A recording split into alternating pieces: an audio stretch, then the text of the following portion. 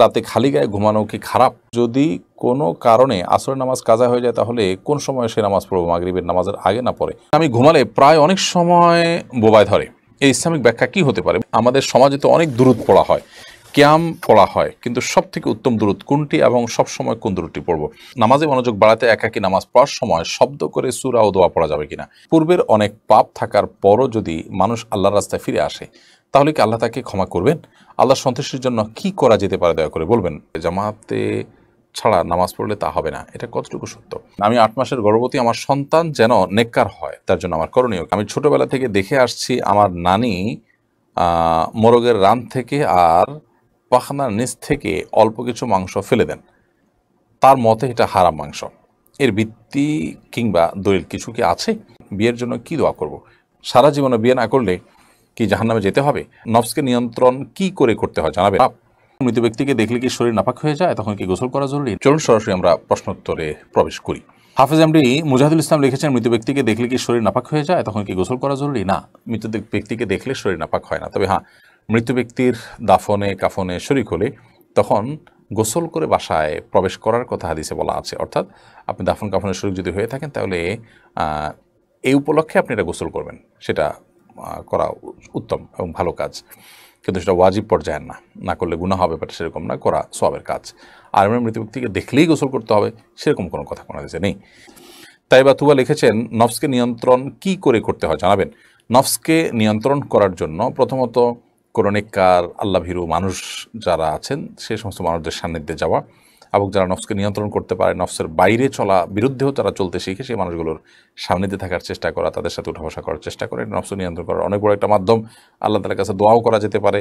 নফসকে নিয়ন্ত্রণ করার মালিক মূলত আল্লাহ রাব্বুল আলামিন। সেই জন্য নবী করিম সাল্লাল্লাহু আলাইহি ওয়াসাল্লাম দোয়াও শিখিয়ে দিয়েছেন, ওয়ালা তাকিলনি ইলা নাফসি তরফাতা আইন, আল্লাহুম্মা আতি নাফসি তাকওয়াহা ওয়া যাক্কিহা ওয়া আনতা খায়রু মান যাক্কাহা। আল্লাহ আপনি আমার মনকে পরিশুদ্ধ করে দিন, পবিত্র করে দিন, আমার আত্মশুদ্ধি করে দিন, এবং আপনি সর্বোত্তম পরিশুদ্ধকারী অন্তরকে। এবং আল্লাহ তাআলার কাছে এই দোয়া করা যে আল্লাহ আপনি আমার নিজেকে আমাকে আমার প্রবৃত্তির কাছে আপনি এক মুহূর্তের জন্য ছেড়ে দিয়েন না, অর্থাৎ আমাকে আপনি নিয়ন্ত্রণ করে যাতে আমি প্রবৃত্তিরগুলো আমি না করি। তো এই দোয়াগুলো আল্লাহ তাআলার কাছে সাধারণভাবে আপনি করতে পারেন। তানজিনা কবির অথয় এই আইডি থেকে আপনি লিখেছেন, বিয়ের জন্য কি দোয়া করব? বিয়ের জন্য আল্লাহ রাব্বুল আলামিনের কাছে দোয়া করবেন সূরা ফুরকানের ৭৪ নম্বর আয়াতে নেক সন্তান নেক স্ত্রীর জন্য দোয়া করবেন, হালাল উপার্জন করবেন, এবং সাধারণভাবে নিজের ভাষায় আল্লাহ তাআলার কাছে নেক স্ত্রী এবং বিবাহ সহজ হওয়ার বিষয়টি দোয়া করবেন। আরিফুল ইসলাম জিশান লিখেছেন, যারা জীবনে বিয়ে না করলে, সারা জীবনে বিয়ে না করলে কি জাহান্নামে যেতে হবে? না, বিয়ে না করলে আপনি জাহান্নামে যেতে হবে এরকম না, কিন্তু বিয়ে না করার কারণে যদি আপনি গুনাহে লিপ্ত হওয়ার আশঙ্কা থাকে, চরিত্র নষ্ট হওয়ার আশঙ্কা থাকে, নানা রকম গুনাহ হস্তমৈথুন ইত্যাদিতে আসক্তি চলে আসতে পারে, তাহলে সেক্ষেত্রে আপনার জন্য বিয়ে করা আবশ্যক। এবং বিয়ে না করলে সেক্ষেত্রে আপনি গুনাহগার হবেন। এমনি সাধারণ অবস্থা আপনার বিয়ে না করলেও আপনার কোনো অসুবিধা হয় না, তাহলে সেক্ষেত্রে আপনি বিয়ে না করলে আপনি জাহান্নামে যাওয়ার সেটি কারণ নাও হতে পারে, অর্থাৎ এই কারণে জাহান্নামে যাবেন না ইনশাআল্লাহ। হাফসা বিনতে মান্নান আপনি লিখেছেন, আমি ছোটবেলা থেকে দেখে আসছি আমার নানি মোরগের রান থেকে আর পাখনার নিচ থেকে অল্প কিছু মাংস ফেলে দেন, তার মতে এটা হারাম মাংস। এর ভিত্তি কিংবা দলিল কিছু কি আছে? না ভাই, এরকম কোনো কথা কোরআন হাদিস থেকে প্রমাণিত নয় যে মুরগের রান থেকে আর পাখনার থেকে নিচের দিক থেকে কিছু অংশ ফেলে দিলেন।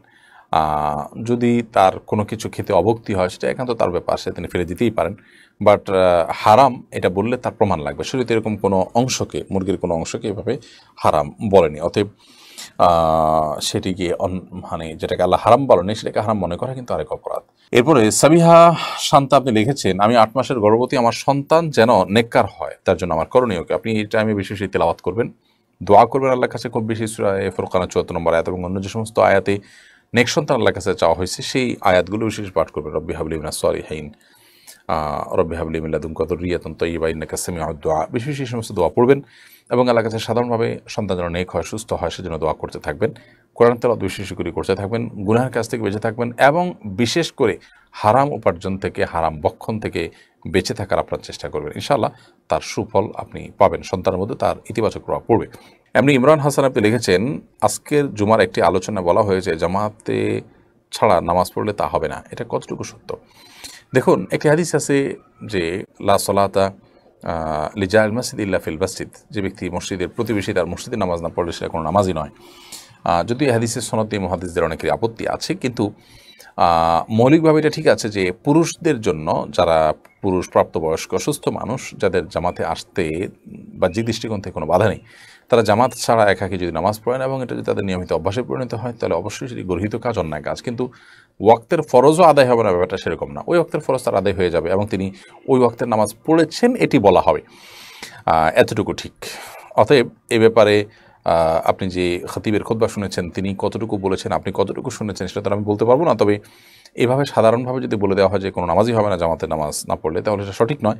আবার এটাও ঠিক যে জামাতে ইচ্ছাকৃতভাবে জামাতে হাজির না হয়ে শরীয়গ্রাহ্য ওজোর ছাড়া আপনি অনবরত নিজে একা একা নামাজ পড়েন, তাহলে সে নামাজ অবশ্যই আল্লাহ সুবহানাহু ওয়া তাআলার কাছে গ্রহণযোগ্য নয়। তবে হ্যাঁ, ওয়াক্তের ফরজটুকু আদায় হয়ে যাবে। নাসরিন সুলতানা মিতু আপনি লিখেছেন, নামাজে মনোযোগ বাড়াতে একাকী নামাজ পড়ার সময় শব্দ করে সূরা ও দোয়া পড়া যাবে কিনা? যদি রাতের নামাজ হয় তাহলে আপনি শব্দ করে সূরা এবং দোয়া পড়তে পারেন। দিনের নামাজ হলে আপনি অবশ্যই নীরবে পড়তে হবে, অর্থাৎ সশব্দে আপনি পড়তে পারবেন না। এরপরে সাইমা আক্তার লিখেছেন, পূর্বের অনেক পাপ থাকার পরও যদি মানুষ আল্লাহর রাস্তায় ফিরে আসে, তাহলে কি আল্লাহ তাকে ক্ষমা করবেন? আল্লাহর সন্তুষ্টির জন্য কি করা যেতে পারে, দয়া করে বলবেন বোন সাইমা আক্তার। পূর্বের যত পাপই থাকুক না কেন, মানুষ যদি আল্লাহর দিকে ফিরে আসে এবং তিনি নতুন জীবন গড়েন, তিনি যদি শয়তানের কথা মতো আর না চলেন এবং এর জন্য সব রকমের স্যাক্রিফাইস করার মতো ইচ্ছা, আন্তরিকতা তার থাকে, তাহলে অবশ্যই আল্লাহ রাব্বুল আলামিন তাকে ক্ষমা করবেন। সেই সুধারণা একজন ইমানদারের থাকবে এবং আল্লাহকে সন্তুষ্ট করবার জন্য তিনি ওই পাপের ধারে কাছে আর যাবেন না। ওই পাপের কর্মের কারণে তিনি নিজের প্রতি নিজে ভৎসনা করবেন, লজ্জিত হবেন, অনুতাপ তার মধ্যে থাকবে। সেই সাথে তিনি ওই পাপের বিপরীতে ভালো কাজ, আবার অনেক বেশি বেশি ভালো কাজগুলো করতে থাকবেন, নফল, তারপরে যে আপনার ফরজ ওয়াজিব তো আছেই, সেই সাথে সাদাকা, নফল ইবাদত, এগুলো অনেক বেশি পরিমাণে তিনি করতে থাকবেন এবং দোয়া আল্লাহ তাআলা কাছে করবেন, আগের গুনাহের জন্য ক্ষমা চাইতে থাকবেন ইনশাআল্লাহ বিদিনিল্লাহ। এর মাধ্যমে তিনি আল্লাহর সন্তুষ্টির সোনালী শেখরে তিনি পৌঁছাতে পারেন। মেহেদী হাসান লিখেছেন, আমাদের সমাজে তো অনেক দুরূদ পড়া হয়, কিয়াম পড়া হয়, কিন্তু সব থেকে উত্তম দুরূদ কোনটি এবং সব সময় কোন দুরূদটি পড়ব? দেখুন, দুরূদ পাঠ করা এটা সর্বোত্তম ইবাদতগুলোর একটি। অনেক ফজিলতপূর্ণ ইবাদতের মাধ্যমে মানুষের পেরেশানি দূর হয়, মর্যাদা বৃদ্ধি হয়, আল্লাহর রহমত নাজিল হয়। নবী সাল্লাল্লাহু আলাইহি ওয়াসাল্লাম বলেছেন, মান সাল্লাল্লাহু আলাইহি মাররাতান সাল্লাল্লাহু আলাইহি আশরা, যে ব্যক্তি আমার প্রতি একবার দুরূদ পেশ করবে, আমার জন্য একবার দোয়া করবে, আল্লাহ রাব্বুল আলামিন তার জন্য 10 বার রহমত নাজিল করবেন।